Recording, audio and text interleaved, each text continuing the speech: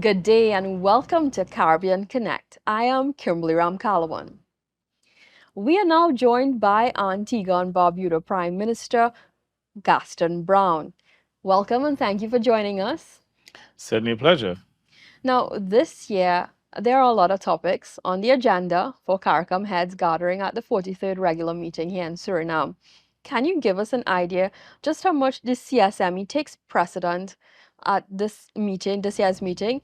Last year, you were the intersessional chairman and you called for a shift in gears, especially after the recovery of COVID-19. Tell me what changes have been made so far and what we can expect. Well, the CSME will always be a critical issue. We want to make sure that we achieve not only a common market but also a single economy. So it remains an aspiration, at least a single economy. But we have made a significant amount of progress in terms of functional cooperation. The last 2 years, for example, involving COVID, we would have seen a lot of collaboration among CARICOM states, and I believe that collaboration at the regional level would have helped to contain COVID and at the same time to assist us with the management of COVID, to acquire vaccines, to acquire PPEs, and the CSME remains work in progress. But I'm sure you would accept that there's some pressing needs at this time. There's a issue of escalating prices, especially food and fuel prices. We also have the existential threat of climate change that we have to continue to grapple with. And even the issue of de-risking has been an issue affecting the region for several years now. So these are issues that continue to grab our attention. But again, we are seeing some improvement in terms of functional cooperation. One of the recent issues affecting the region is the issue of transportation, air transportation, as a result of the devastating impact of COVID on our airlines, including LIAT, which is currently in administration. So I think that we have made progress. There's no doubt about it. There's some who may argue that the region is not advancing as fast as it should, but we have to remain thankful for the gains that we've made so far and to put the necessary systems in place in order to accelerate the progression to that single economy, which is the ultimate aspiration for the region, unless maybe sometime in the future we get to a political union. Now, these are the four main areas that you have listed up for discussion. Tell me some of the areas specifically that you would like seen with particular interest for Antigua and Barbuda and where you see it lending support regionally. There's several other issues that on the agenda. I mean, for example, we held a meeting just now with the Kingdom of Saudi Arabia as we seek to strengthen the ties between CARICOM and Saudi Arabia as one of the G20 countries and a country that should be able to help us to build capacity in many areas. And in addition to the recent Summit of the Americas, that is also on the agenda as we seek to come up with a framework in order to set the terms of reference to engage the United States so that we can come up with a, let's say, sustaining plan, one in which the US will engage the Caribbean in a more meaningful way. And I would have mentioned before the whole issue of the escalation in petroleum prices. We will be pushing for there to be some relaxation of the sanctions against Venezuela so that countries in the Caribbean can access Venezuelan petroleum products at a discount in order to reduce the impact of cost of living on the people of the region. But Antigua and Barbuda has been at the forefront of CARICOM integration, and we continue to play our part in terms of keeping the region united and contributing to the various debates.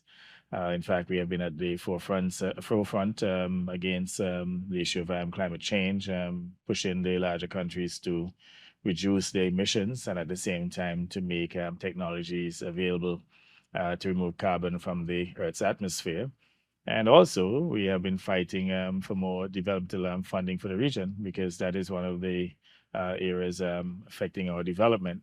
In fact, they have utilized these artificial impediments to deprive countries in the Caribbean, the Pacific and Indian Oceans from much needed developmental assistance. So we continue to push for there to be some recalibration of the GNI that they have continued to use and to create a multidimensional vulnerability index. In fact, Antigua and Barbuda is currently serving on a technical committee at the level of the United Nations, which is designed to come up with a multidimensional vulnerability index that will complement the GNI and to ensure that there is greater inclusion, that there is greater equity in the allocation of concessional financing. That committee is actually chaired by former Prime Minister of Norway, Ernest Solberg, and I'm actually the co-chair.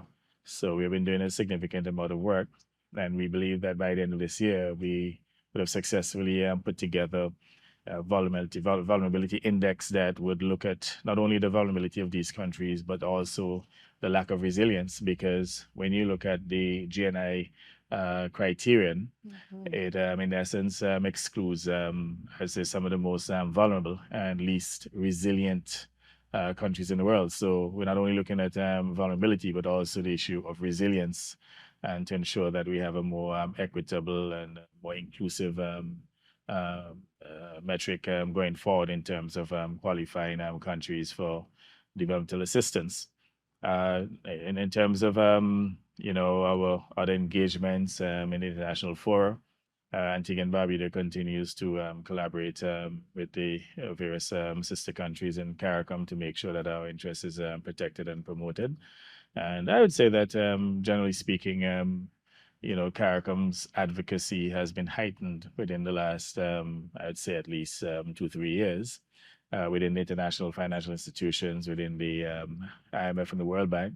We continue to advocate for new instruments. We continue to advocate for debt suspension, for debt write-offs. So, we have been very active as a member state of CARICOM, and that will continue because, as I said, traditionally, our country has been at the forefront of this integration movement and has always been a very active member, especially when it comes to advocacy and, fighting to not only to protect but to promote the best interests of the Caribbean people. Now, you touch on air transport, and you also hold the position as chair at CARICOM over financial services, the Financial Services Committee. Now, there has been talk in recent weeks of the inter-island ferry and possible routes, and in recent weeks, we've even seen a budget approval in Barbados. But there's still some time for this to be implemented. Can you guide as to this will also be part of the CSME discussion? And also, there's also the need for cargo being cargo centric, where we're no longer waiting for a container to be filled, but making it cheaper for goods. Do you see this in reality being materialized in this nearest time? It's critical that we resolve the issues of connectivity of both maritime and air transportation. You can't sustain an integration movement if you can't move goods and people effectively. And that has been a major problem within the integration movement from since its inception. So it is one of the areas of discussion that will take place during this conference. And we're hoping that we can come up with a new model for air transportation, one in which we can sustain uh, air transportation to the extent that we have a model in which member states will contribute. So you have a model of shared burden and shared benefit. In the past, we have seen situations in which some countries have been loafers. They benefit from the services, but they do not wish to contribute. You cannot sustain air transportation or even maritime transportation for that matter on that type of model in which some pay and others don't. And when you look at the issue of both maritime and air transportation, they cannot be sustained by any single member state. So it requires a collective effort and it requires collective burden. And in as much as Barbados has indicated that they have done some work in it, clearly they will need to broaden it to include all of CARICOM and to provide a type of maritime transportation mechanism in which we can move goods and even people throughout the region. I mean, South America, for example, Guyana and Suriname and even Brazil, on the border of Guyana, they have this area Lefem that produces a lot of food. And from the research, we can import foods from Guyana, from Suriname, and even Brazil for that matter. That will be far cheaper than the foods that we are importing from North America. So, in terms of keeping the price of food down, it is important that we establish maritime transportation and reliable and sustainable maritime transportation as soon as possible. But in terms of the type of assets, I think that we need combo assets. So, take for instance, in terms of the air transportation, we need aircraft that can carry people and also carry products. And similarly, with the maritime transportation, it should be a vessel that can carry people and to carry products. So that you don't have to rely exclusively on carrying individuals, but at the same time, you have a combination of both. And by so doing, we're able to move people and to move goods more effectively within the region and certainly to sustain our integration movement. And I think it is a critical aspect of sustaining our integration movement. I would say that within recent times, there has been heightened discussions and greater commitment coming from the leaders. In fact, President Ali in Guyana, he would have developed an agri plan, as you know, in which we're trying to reduce our import bill by about 25% by 2025. And I'm pretty sure that the opportunities that will be created for Suriname and Guyana in particular will be enormous.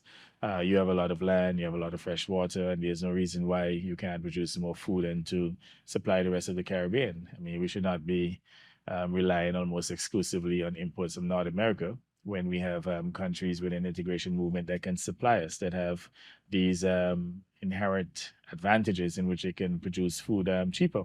And I'll give you a case in point, for example. Uh, a pound of watermelon in Antigua and Barbuda is about, I'd say, $1.50 US. We can import watermelon from Guyana for probably about 40 cents. And if you add 10% transportation, even 20%, 30%, even 100%, by the time it gets to Antigua, it will be significantly cheaper. So we need to unlock those opportunities or the potential of these countries to supply the rest of the Caribbean. And the only how it will be achieved is if we establish reliable and sustainable air and sea transportation. Yes. And again, it requires an all of CARICOM effort in which all the countries come together and subsidize these assets, both A and C assets, because generally speaking, because of the small population size, you'll find that especially for an airline, it is difficult to turn a profit. So it will require some level of subsidy. But when you look at the economic gains and even the social gains, it's public good Enormous. to have reliable regional transportation. And Yeah. therefore, the countries of the region should not hesitate to provide whatever subsidy that is necessary. Thank you very much, Thank you. Prime Minister Gaston Browne, for joining Thank you. us, sharing some important points that will be discussed at this year's 43rd regular meeting of CARICOM Heads of Government and what impacts his country, some critical points, air transport, and what is needed for an integrated region. Thanks for joining Plus, us. we have to take into consideration too that we're not only linked by our geography, but also by our families Yeah. that are scattered right through the Caribbean archipelago, right down to Suriname, Guyana, and our people need to move. You don't want to have a situation which they can't move effectively because transportation costs are prohibitive. Recently I tried to book a flight through Miami to get here, and they quoted me, that is American Airlines, $22,000. That's EC dollars. So that's about 8,500 US dollars. So we also have to look from the standpoint of the foreign exchange leakages and the fact too that you may find that if we have to depend on extra regional carriers to get us within the Caribbean to go north and to come south, then the cost of transportation will become prohibitive and our people would not be able to move. Even the requirement for a visa, for example, if you have to go to North America to come back to the Caribbean region, many people would not be able to move because they don't have a visa. So there are all sorts of social and economic implications that necessitate urgent action to get transportation within the region right, both maritime and air transportation. Thank you once again for Thank you. reiterating those important Thank points. you. We Cheers. wish you all the best in this Thank you. week's sessions. Thank you. Take Cheers. care. Good. Thanks for watching Caribbean Connect.